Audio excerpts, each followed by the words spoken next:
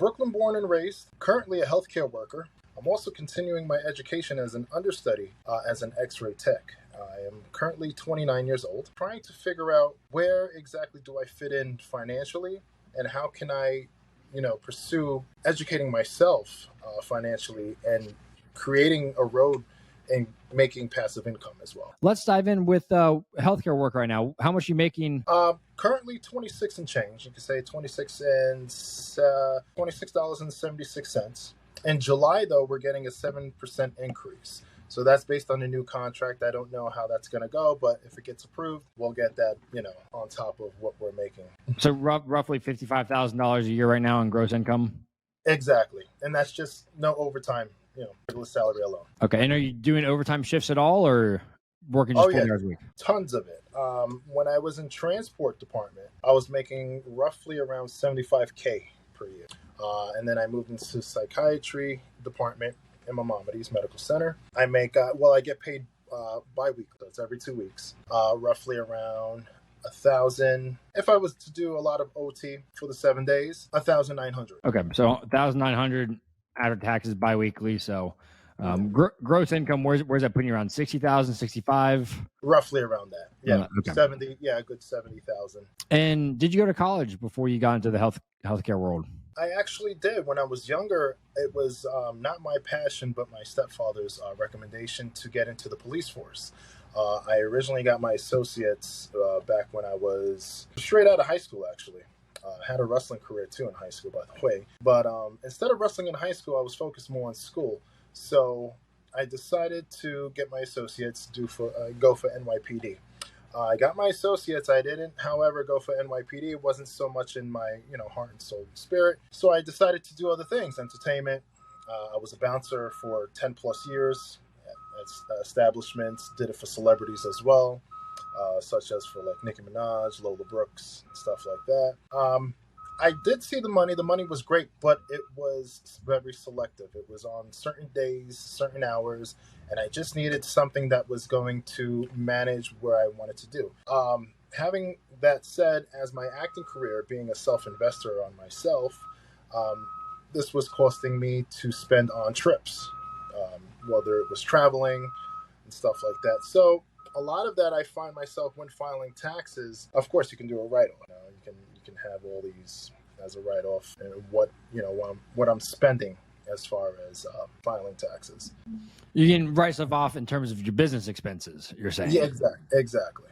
And were you, I guess, filing as a LLC or something when you're writing stuff off, or how are you doing that? Oh, no. Regular. Like if I was to, let's say, I need uniforms for my healthcare job, and that's coming out of pocket, I would write that under my expenses, stuff like that. That normally would cost me around, I don't own a car. Everything's transportation, right? So I don't have insurance on top of that. I will start with my rent, $1,136. Home utilities, roughly around $200. I would say groceries alone, $700 a month. Okay. Netflix, all those type of self-services, $70 a month. Eating out, $500. And of course, like play money for entertainment, $200. Health and fitness, $40. I usually have like an home gym since COVID started. And I've been able to save on haircut too. I used to spend roughly around $25 per haircut. Now I bought a buzzer, $20 investment, and I learned to actually shape my own hair because of it. That was one of my methods of saving money. I recently bought a fish too. I bought 2 fishes. They're beta fish. So the tanks cost roughly around $400. And of course, treating it, food, another $100, I would say. So that's roughly around $900 right there with fishes. And what's the monthly, I guess, expenses on the fish? Oh, man. Just food and your own time cleaning the tank? Oh, yeah, absolutely. Cleaning the tank alone is an hour and a half. But with that said, one of my beta fish, actually, his fins started shedding. So that I found what's called Fix Mate. It's like an antibiotic for the fish. You just pour it into it based on the quantities. And that cost me around $16. Okay. And then food alone, which will last based on how you buy it, that alone is $7. Okay, so your monthly expenses after that initial upfront $900 is $20 to $40, I guess, a month between food and that antibiotic. Exactly. So total monthly expenses, where are you at on a monthly basis? Your typical spending? Typically spending. Well, I'm currently out of pocket. I will say my Capital One card. I got a treatment plan for called Scoping. It's one of those weight loss programs, right? And that cost me around $4,000 the beginning of the year of this year. Let alone I forgot, not that I forgot, but I wasn't making those payments, and of course it adds up. You get interest rates. Those cost me per month $133. So it skyrocketed up to $5,000. Because of that, I had my accounts on auto pay, and I didn't realize it. The bank tried to make 2 payments on auto pay with the $5,000. They both bounced, and my card got restricted on that. So that wasn't a good choice. These aren't smart moves and tactics that I can possibly do and remember and have my financials in order as well. Yeah. So the Capital One card, that's the one with the $5,000 balance. That's the $5,000 balance. Okay. Yeah. So let's take it back to your childhood and your upbringing. What did you learn about money growing up? Did your parents teach you anything about money? Education was very scarce growing up. I grew up in a single parent. My life was based on survival. It wasn't so much about vacays and fun and childhood memories. It was about survival and understanding, more family values than it was money. When my stepfather came into my life, he was mostly taking care of the rent, working as a construction worker at the time. Opened up his own business as well. And, it was hard. It was hard. I started working at a very young age, though. I started working once I got into high school, of course, off the books. And one of my first gigs were being a moving company. I was a mover. I moved for clients such as Janet, Angelina Jolie's ex-girlfriend, Donald Trump's family. Many, I was fortunate enough to meet these people on the Upper West Side. From there, I lived place to place, stuff like that. And then we settled here in Brooklyn, New York.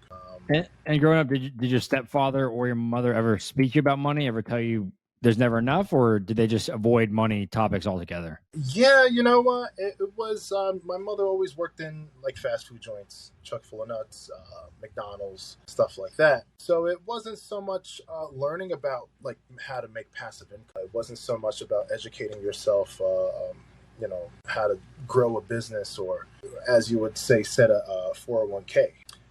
So I recently, during COVID, invested in Florida with closing roughly around $3,000. I was hoping to make a passive income with that. That's the worst thing to do with if you're trying to do that, then buying a timeshare. Really? Oh man, because I was hoping to do like an Airbnb type of thing.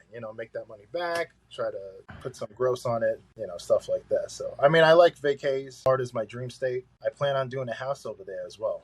But I'm currently in an apartment right now. And let's dive into, I guess, the timeshare. What caused you? How did you find that opportunity, and why did you invest in that? YouTube videos convinced me of jumping into timeshare. I saw a lot of people trying to make their money back here in the city, and how it works with Airbnb and stuff. So I said, you know what? Let me invest into a timeshare. My sister as well invested into a timeshare in Massachusetts, Boston. So I decided to go to Florida based on, it's a vacay spot. A lot of people will be there during the summer, and thought it was going to be all, dandelions. And so when did you make this investment again? Sorry? During COVID, 2020. 2020. And how's that panned out for you, I guess, the last 2 years or 3 years? Truth be told, I haven't figured out how to do the Airbnb yet. The whole reservations and communicating with their timeshare management services has been, a bit of a default for myself. But it's still there. It's still in my name. It's all paid off. So I don't have any interest on that as far as, late payments or whatever it may be. So you paid $3,000 upfront, and you get it for 1 week of the year, I'm assuming? Yeah, exactly. I don't even think there's a way for you to Airbnb that then, because I've never seen it done. I've never heard someone Airbnb in a timeshare.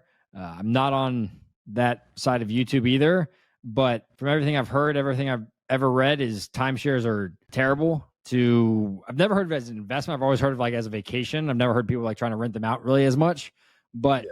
I can't imagine if you were sharing a timeshare with, say, 50 other people or however many people are involved in that timeshare, you have no control over it. You're having issues. You've had it for 3 years now and haven't been able to figure out how to rent it out and how to work with a management company. It just becomes a logistical nightmare. So you spend $3,000 and you're not returning any money because you Exactly. can't even do it. So these are just experiments that I'm currently in right now. But I'm still working paycheck to paycheck. My Discover card is also skyrocketing. Credit limit on that is 7,000. Going back to the Amazon thing, I was a big shopper as of last year and through the beginning of the year.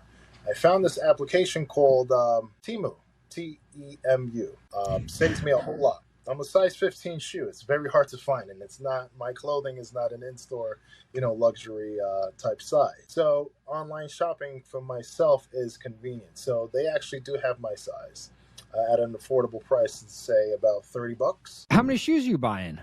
Oh wow. Well, I'm not a name brand type guy, but I do have Jordan. I do have Reeboks, dress shoes mainly. How many pairs of shoe are you buying a month? Oh no, not per month. Thank God. Okay. Yeah. You just said you're a big shoe guy and you're using Temu to now buy that, but a person only needs so many number of shoes to get by and live their life. Exactly. Well, I would say with clothing included, every 3 months, I would say my cart comes out to about $80. Okay. Well, let's dive into, I guess, your current financial situation before we dive too much. And I want to talk about your Capital One card, your Discover card, your Citi card. So on a scale of 1 to 10, what would you rate your current financial situation? Right now, not making a smart choice with that cool scoping and other things, I would say on a scale of my current credit score is 620. Okay. So let's dive into, I guess, your current debts. We've got the Capital One card, which is from the cool sculpting thing you took out a loan, credit card loan for at the beginning of this year. That's $5,800. You have your Discover card, which is about $7,000, and you have your Citi card, which is about $2,600. Yes. Do you have any other debts? Do you have any student loans? Do you have any car payments? Do you have any personal loans apart from those? Yes, I was continuing my education at the beginning of the year, becoming an understudy X-ray tech. Luckily, I had financial aid. They took care of the lump sum. The tuition was $100,000. I winded up paying out of pocket $8,000. So per quarterly, it would be $1,300. So you're out of pocket. You only have an $8,000 student loan out of that $100,000. Right, but I'm paying that out of pocket though. I didn't take a loan, thank God. And you're paying that out of pocket every semester. Okay. And how many years of school do you have left? A year and Okay. so I'm roughly new. Yeah, I'm only on the second quarter. Well, I'm glad it's not the $100,000 that you have a loan for, and they cover a lot for it, a lot of that. Still $8,000 you're paying out of pocket. Are you cash flowing that, or are you taking out a loan for that? No, cash. Cash. Okay, good. Yeah. Good. And what will that do to your income once you get, once you complete that? Well, I was hoping when I get the job, X-ray techs usually roughly start about 37 to 40.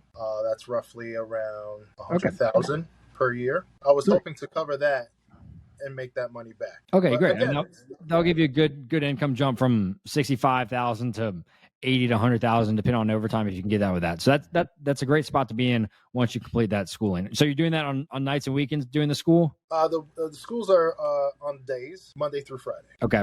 And you're able to do that and working 40 plus hours a week right now as well? Yes. Great. You're hustling. I like that side. Yeah.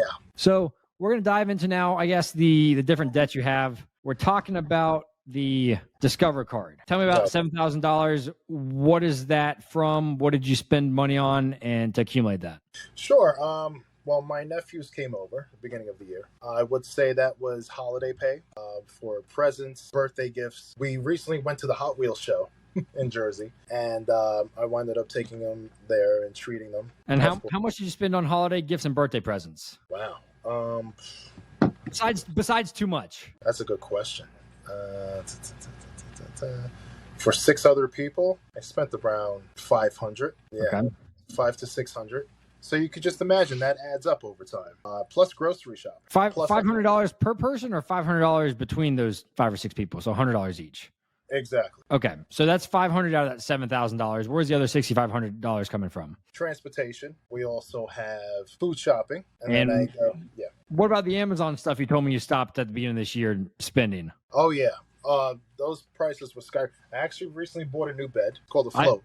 I see like $1,200 in Amazon expenses in the last 30 days. Oh, okay. What was that? $589 on May 22nd. Oh, yes, exactly. That was a costume that I bought. And what was that for? My nephew's birthday party. It was the Bumblebee costume. And did it ever cross your mind you shouldn't spend $600 on a costume for your nephew's birthday party I know. you're in $20,000 worth of debt? I know. These aren't smart choices. I can do better. Of course, my habits And then can absolutely do better. what was the $400 on May 21st on Amazon? That was for the new bed. The new bed. Okay. And what happened to your old bed? Well, actually, I bought a sofa. So I have a sofa, I have a couch, and I have so I was sleeping on the sofa, and then I decided to get the bed. Okay. I said, let me buy a loaf, and then I can fit everything underneath. Then I bought a desk, computer chair for school, and then a new printer. And so I guess did you not have a desk or any working table at prior to this? Are you currently living with roommates or living by yourself? Living with my folks still. Living with your folks. Okay. Yeah. And you're paying them rent. Of course. Yeah. Good. I'm proud of you for doing that. Yeah. Way too much on Amazon, it seems, with these cards. We've mentioned, I guess, $1,200 on Amazon the last 30 days, from the costume to the bed. We got gifts for holidays. We got some food. We're still missing a couple $1,000s. Where else did that come from over the last 6 months? Transportation. I usually go up to Austining for film shoots. Okay. Plus applications. My school, we had the laptop I had to pay for. How much was the laptop? That was a fee of $300. Okay. We also had the books online. I had a purchase on Elsevier.com. So on top of the $8,000 that you're coming out of pocket for tuition, you're also taking on credit card debt to be able to pay for the laptop and the books and other supplies, your desk, other things you need for school. Exactly. And the last card then, the City card, has $2,000 on that card. Where is that coming from? Well, of course, again, I usually like to treat my mother to a movie here and there. We go to the movies. You treat her to a $2,600 movie? No. I would like to go to that movie. Yeah, right. Transportation. I'm also part of SAG-AFTRA. So that also requires a paying dues. It's also required in order to join SAG. It's $3,000, and then every quarterly it's $200. Okay. And are you making enough from these opportunities with SAG to cover these expenses? In the long run, when I do apply, yes. Based on of having school and clinicals, I wasn't able to, so I had to juggle. So now I have this spring break, summer off. Now I'm able to pick up these gigs back up. I'm also a big spender when it comes to clothing, and of course I have to cover my lunches through in between breaks. How much are you spending on clothing a month? Clothing a month, I would say. Okay, you told me $189 for shopping every month, but then we looked at Amazon. We looked at these other cards. You're spending like $1,500 a month on shopping right now. Right. So your monthly expenses are definitely higher than $189 a month on shopping. And what's your plan to change this or to figure out this credit card debt? Do you want to figure out how to get out of credit card debt, or where's your mind right now? Of course. Well, I'm definitely looking for a house. You're looking for a house? I'm looking for a house. You're $23,000 in credit card debt. I know. You don't need a house. You need to get out of credit card debt. Well, hopefully I can flip that into passive income and allowing people to rent it out.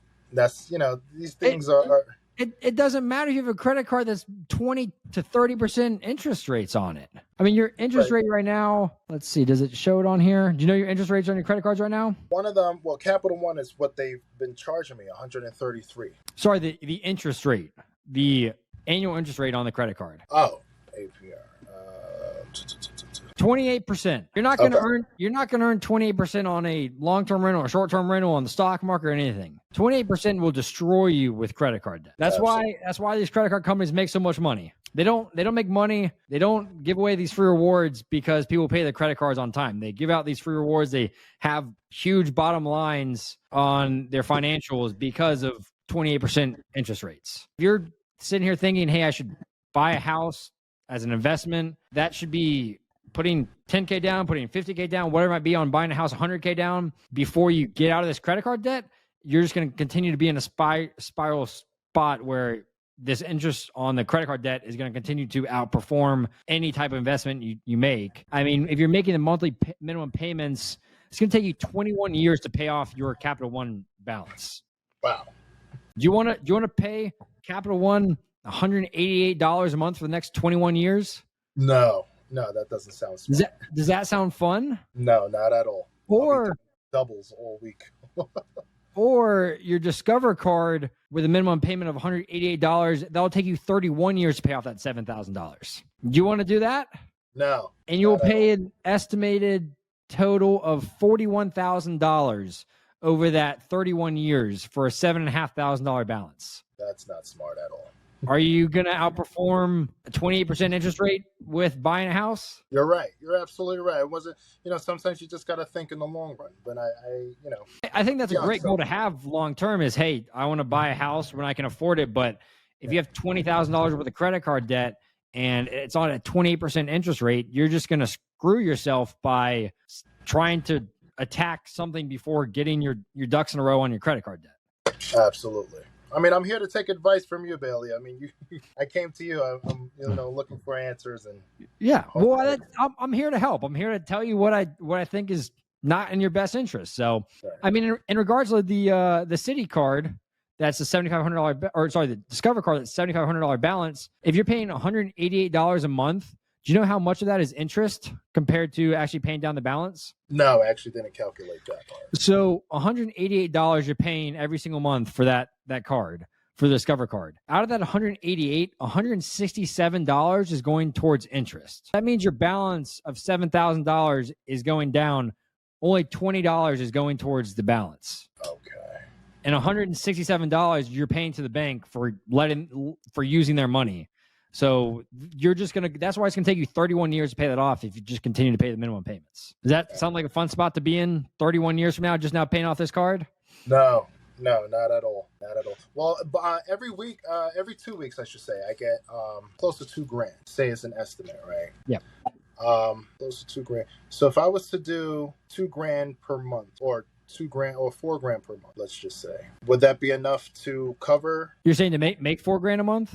Yeah, I make if I was to pay $4,000 per month. If you got paid $4,000 a month, it looks like, it depends on your spending, frankly. If you're going to spend $1,500 on Amazon, no, you're going to have to make a lot more money. But right now, it looks like your monthly expense is around $4,100 to $4,100 a month. And I think there's areas you can cut back here. Entertainment, don't need spending $200 a month on entertainment. Gifts and donations, frankly, I would cut out all gifts and donations until you get out of this credit card debt. Yes, will your little nephew be upset, or whoever else might not get a toy they don't remember 6 years from now? They might be at the time. I don't know. They also probably won't realize that.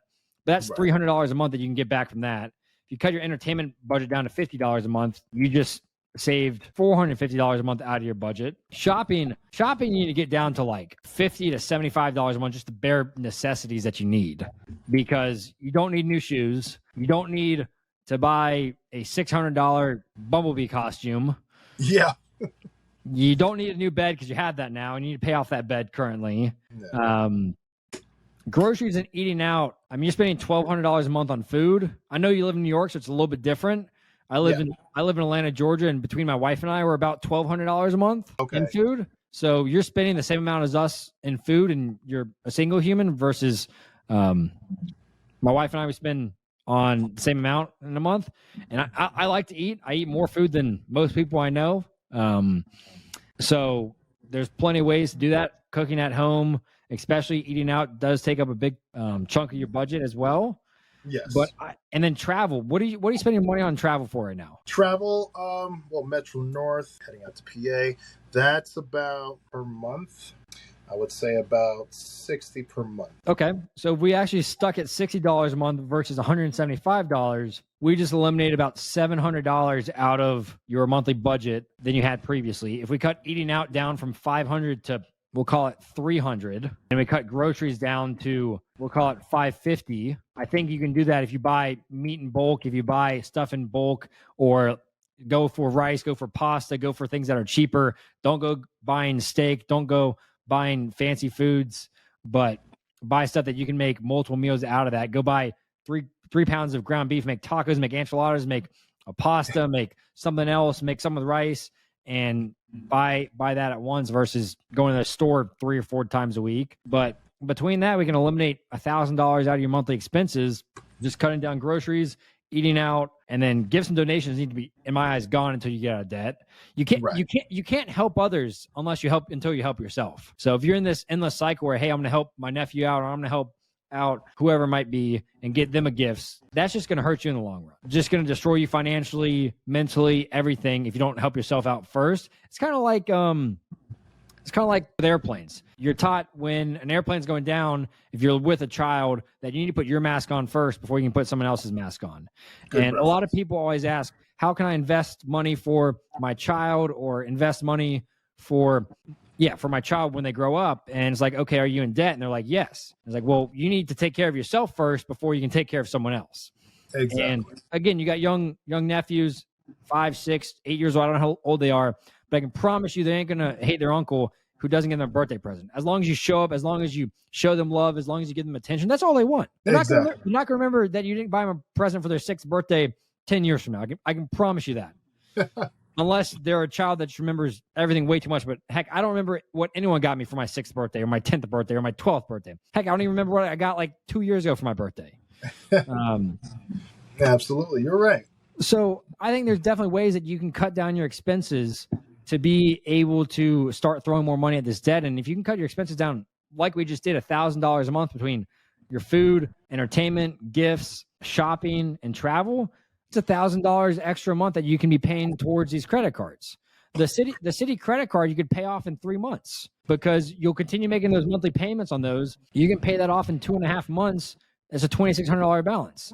I mean, there's 2 different approaches that people go for when paying off credit card debt, and one's the snowball method and one's the avalanche method. The snowball method is you take the smallest debt, so in this case, $2,600, and you pay the minimum payments on everything, and then you attack the smallest total debt first. So in this instance, a $2,600 credit card with Citi card, and you'd pay an extra $1,000 a month towards that till that gets paid off. That'll be paid off in about 2.5 months.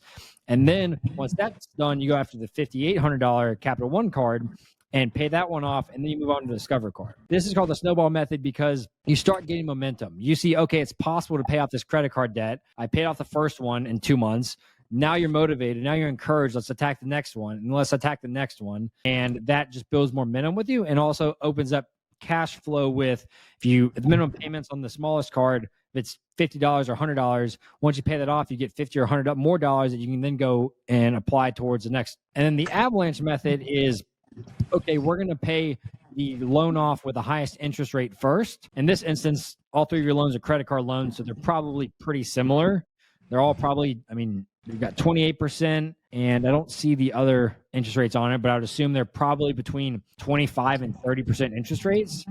So the avalanche method is, okay, you're going to take the highest interest rate loan, and you're going to pay that one off first. So if it's, say you have one that's 30% interest rate and you have a loan that's 15% interest rate, no matter the amount of that debt, you pay off the 30% interest rate loan first. Okay. And then once you pay that one off, then you attack the next highest interest rate payment. In your instance, I think to get momentum, I think the snowball method is better because all the interest rates are relatively similar. They're astronomically high, being 25+%.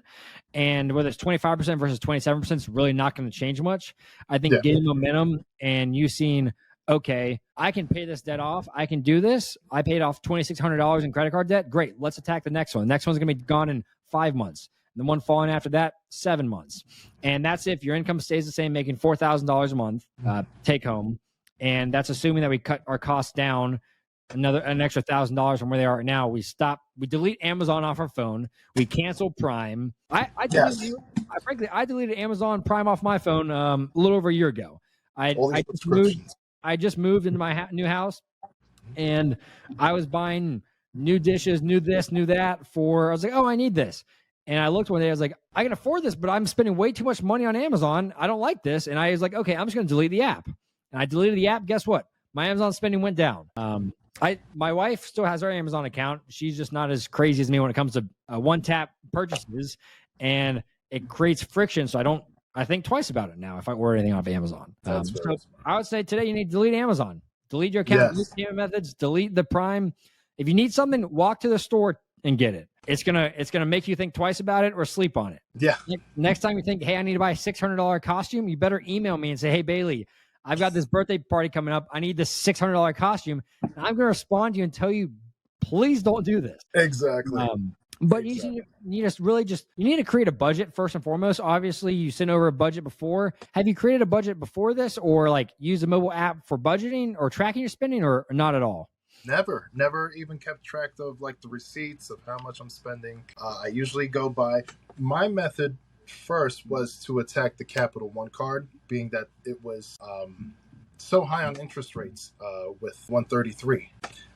So I was looking for the avalanche, but came up with the more of a snowball. That's a better method to use. Yeah, I think it's great. I mean, mathematically, it might be a little bit worse in some instances, and that's like a lot of people use avalanche, especially if you have like a credit card debt that's say 30%, and you have a car payment that's 5%, and the car payment's higher than the credit card debt. They might say, okay, I want to pay the credit card off first because of the higher interest rate. And I definitely think in certain instances, avalanche can be better, but when it's all credit card debt that's relatively similar interest rates, I'd say you should need to pay off the smallest one first, get that momentum going and showing that, okay, I can actually get out of debt and I can do this. I think psychologically, it will be a much better feeling once you pay that first one off and you're like, okay, I can do the next one too, and just continue moving forward. You build the momentum rolling down the hill, and there's going to be no way to stop you once you pay that first one off, second one off. You're just going to keep rolling and get out of it. So absolutely. I've been through this before. It was as of 2017 or 2018. I decided to become like a producer for this independent wrestling company here in Brooklyn. Skyrocketed. I didn't make what I was expecting to get back. I spent about like $20K. Wasn't smart at all on that. So, I've been through this whole thing before, paid it off, had my cards closed, reapplied, and then built my credit score back up. But now it's like I'm back into those hurdles again. Yeah. But, so you've done it once before. You can do it again then. I don't want you to ever have to do it again after this. I want this to be the final say. And then, okay, once you pay this debt off, you want to buy a house and you're like, okay, I want to go buy a multifamily house or whatever it might be in New York and Brooklyn, wherever it might be. Then, okay, great. Let's start saving money for a down payment for this. Let's start figuring out, okay, what is next here? But when you got $20,000 in debt right now, it's not going to be pretty trying to attack or find other passive investment opportunities where you're putting capital up front and expecting to make a return, because no one out there is promising a 28% return on their investment. Do you know what the average return is in the stock market and index funds? No. The S&P 500 on average returns around 7 to 8% accounting for inflation. So a lot of people say, okay, if you want to calculate your return, annual rate of return for the next 40 years, you should use an average rate of return of 7%. That accounts for inflation, and that is nowhere near 28% interest that you're paying on these credit cards. So if someone's offering you a return of 20%, 40%, 50% on your investment, that is red flag number one, that this is too good to be true, frankly. It's kind of like when the meme stock saga was going on and people were making this absurd amount of money on GameStop, on Bed Bath & Beyond, and all these other stocks. Yes, people did make money, but also for every single person that made money, there's handfuls of people that lost money because it's too good to be true. It can't maintain that forever. Bed Bath & Beyond is filed bankruptcy, and the stock was up hundreds of percent just 2 years ago during that entire say. So just keep that in mind as you think of in your future too, is like, is this investment opportunity sound too good to be true? And if it does, it probably is. Absolutely.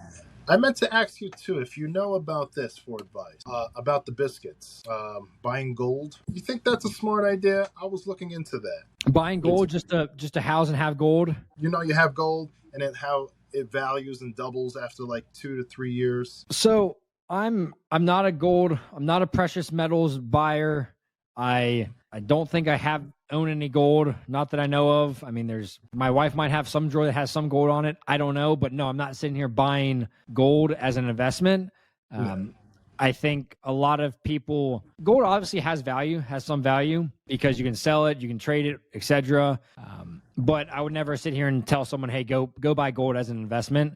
I think buying index funds is a much better route to build wealth. It's much more predictable, and it's buying tangible value of real companies in the United States and in the world. Gold's always going to be there. I think it's going to be some store of value, but I don't think it's worth investing in. If you wanted to do it for fun when you had tons of money and you wanted a small portion of your portfolio to be invested in gold, like 2 or 1%, because you just want to have some gold, I think that's fine. If that's really what made you happy. But if you're in debt, if you don't have a large sum of money to invest, then I don't think gold should be in people's playbooks personally. Definitely, man. I mean, this was beneficiary.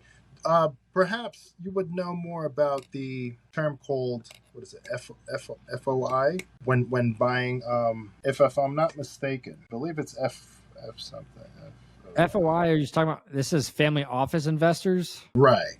When you make that money back? Well, family office investors, I don't think this is the term you're talking about. Like family office investors, like think of a Michael Dell or think of like a Elon Musk or think of any other wealthy person that they take their money, their billions of dollars, and they open up their own private equity firm, essentially.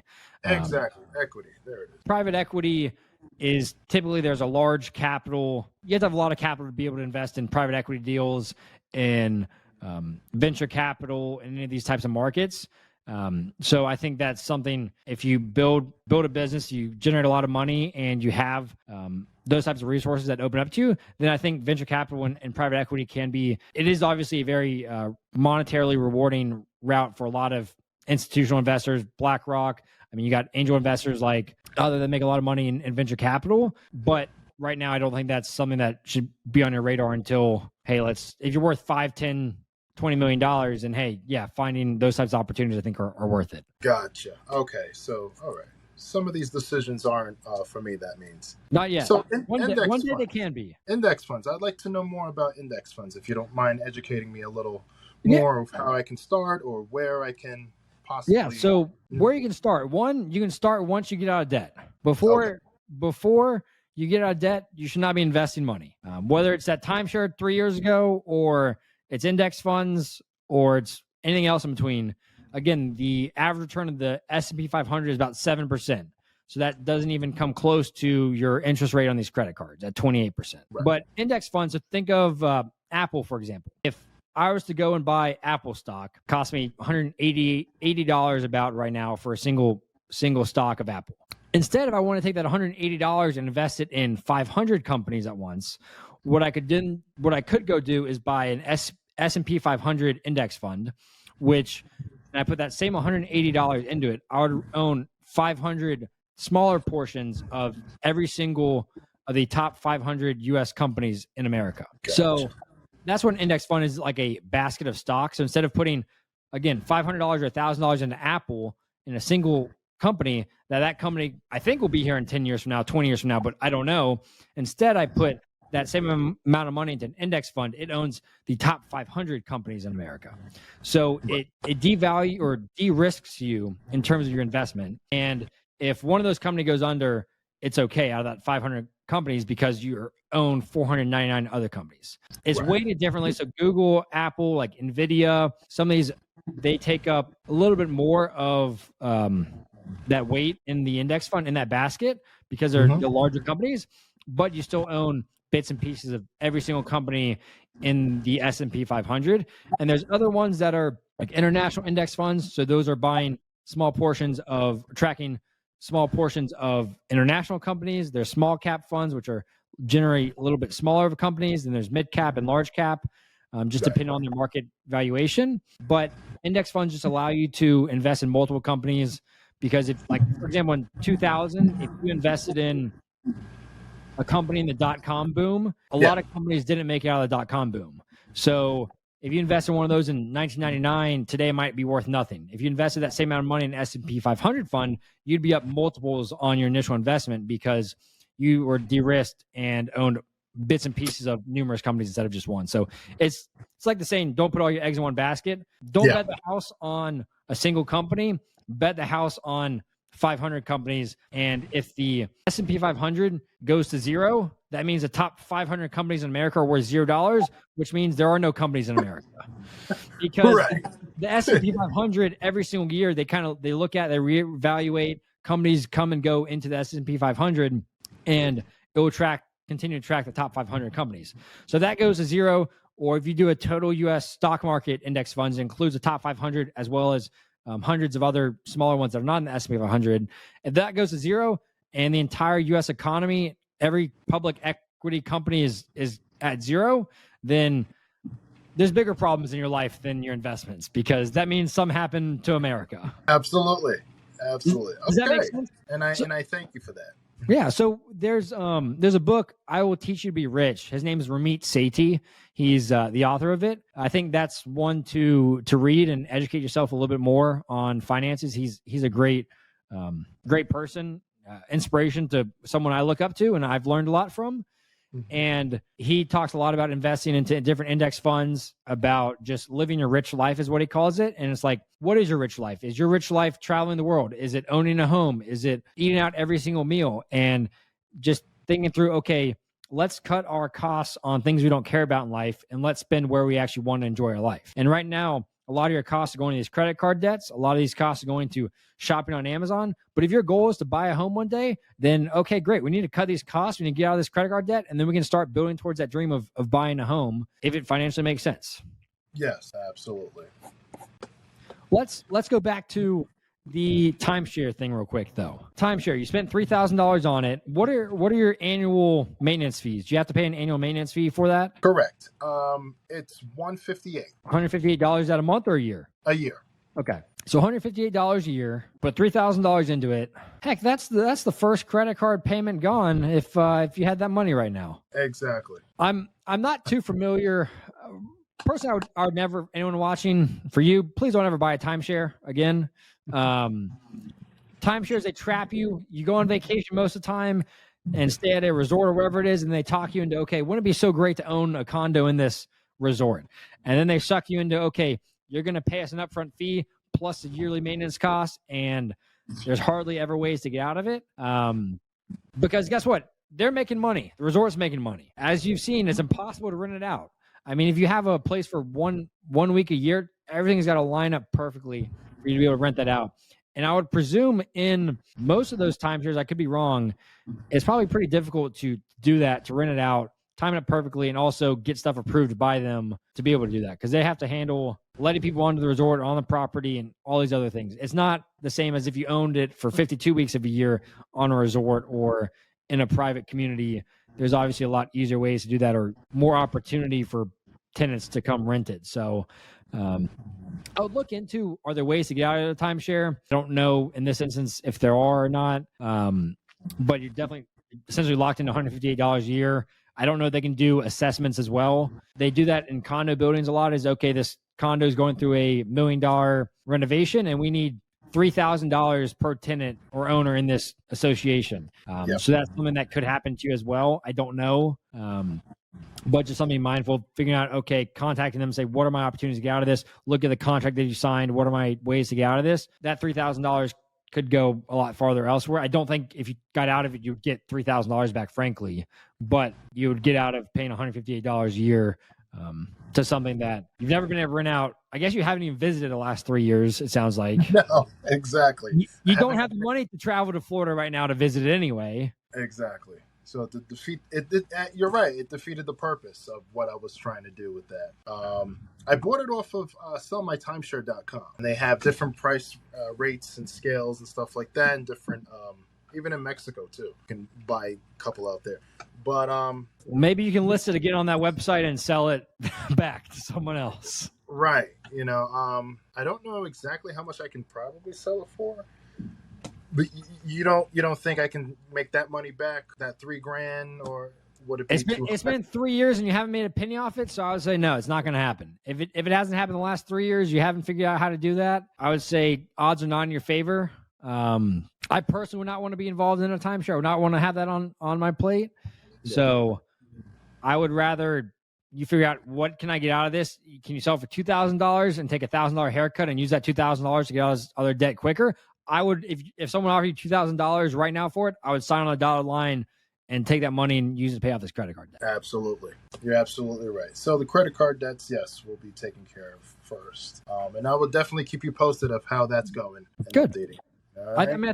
I think you can knock it out in going to take you about a year, a little over a year. I think if you get overtime up, so you're making $4,000 net a month, you get these expenses down to about $3,000 a month, like we talked about. And then, okay, what other side opportunities can I take on? Can I find more acting gigs? Can I find more overtime shifts? I think that will just propel you forward even faster. And especially as you finish out your school and your education, and you can get a raise to $80,000 to $100,000 a year, that's going to put you in a great financial spot where, great, you're going to go from 65 to 100,000. You'll probably net an additional $20,000, $25,000 a year. Let's spend like we've been spending, not spend anything additional. You can save $25,000 over the course of a year. Over the next year, you can have $50,000. Okay, great. Now you have $50,000. Can I go buy a duplex in New York where I live on one side, rent out the other, or have roommates, whatever that might be, and start figuring out that path before then? Or, okay, I'm going to keep renting for now. I can start investing in index funds, putting in $1,000 or $2,000 a month in index funds. You can do that too. And once you have these credit card payments off the table, you got $500 more in spending that you can have previous or than you don't have right now, because you're paying $500 a month in minimum credit card payments. So if you get rid of that, $500 back in your pocket to spend, you get a pay raise, additional $1,000, $2,000, $3,000 in your pocket a month, you're going to be in a great spot where your income is going to be far higher than your expenses. And you can start thinking about, okay, what's next? I need to start investing for the future. I want to start saving for a house, and whatever else your other goals are. Do I want to travel more? Do I want to up my travel budget $100 or $200 a month? Do I want to spend $100 more on you now? No, don't get a raise of $2,000 a month and start spending $2,000 a month more. But maybe set a rule where for every pay raise I get, I'll set aside 75% of it to put towards housing down payment, towards investing. The other 25%, I'll use that on spending. So you get $2,000 raise when you get a new job. $500, let's put that towards travel, food, shopping if you want. And then you're going to be able to spend more money, enjoy life, but also preserving your money and your income for the future as well by investing it. So exactly. See, I never had these financial advices growing up. That for me was a misfortune. But definitely, I take this with great gratitude, and a lot of information was given to me of how to become a better spender. But thank you, Bailey. Leon, well, I appreciate your time, and that's my goal here, is to help people learn about money, to talk about money, because to your point, is something that a lot of people don't grow up talking about money. They don't know how to manage their money. And I think it's something that everyone needs to learn. I think the schools in America need to teach people more about finances, about what 28% interest rate on your credit card debt will do to you, and how you should budget and manage your finances. And really, really appreciate you joining today. Would love to stay in touch. Please keep me posted on paying off this credit card debt. Please start a budget. Download mint.com. Go to mint.com after this. It's a free budget app where you can hook up your credit cards, where you can hook up your bank accounts, and it will track every single dollar that you spend that comes out of your accounts and tells you where it goes. It's going to get pissed at you probably for pulling your last 90 days worth of transactions, seeing those Amazon purchases, but you can set your budget and you can cut those expenses down. And then you can start tracking your expenses. And I guarantee you're going to find money that you never knew you were spending money on. You'll think, okay, I'm spending $500 a month on food. You might be spending $700. Or you might say, I'm spending $175 on travel. You're actually spending $250, whatever that might be. And that will allow you just to tune stuff down, to figure out it. You might be having a subscription open that you didn't even realize was still open, and be able to cut those costs out of there. So mint.com, they have an app. It's a free platform. I use it personally myself. Definitely think you should get on it and start managing your finances there. Well, thank you, Bailey. I appreciate the advice. Awesome. Well, Leon, great to talk with you, and we'll be in touch, and have a great rest of your day. You too. Thank you. Thank you all for watching. If you want to be on a money interview, then reach out to me. Email me at the email in the description, and I'd love to have you on. We'll see you next time. Thanks for watching.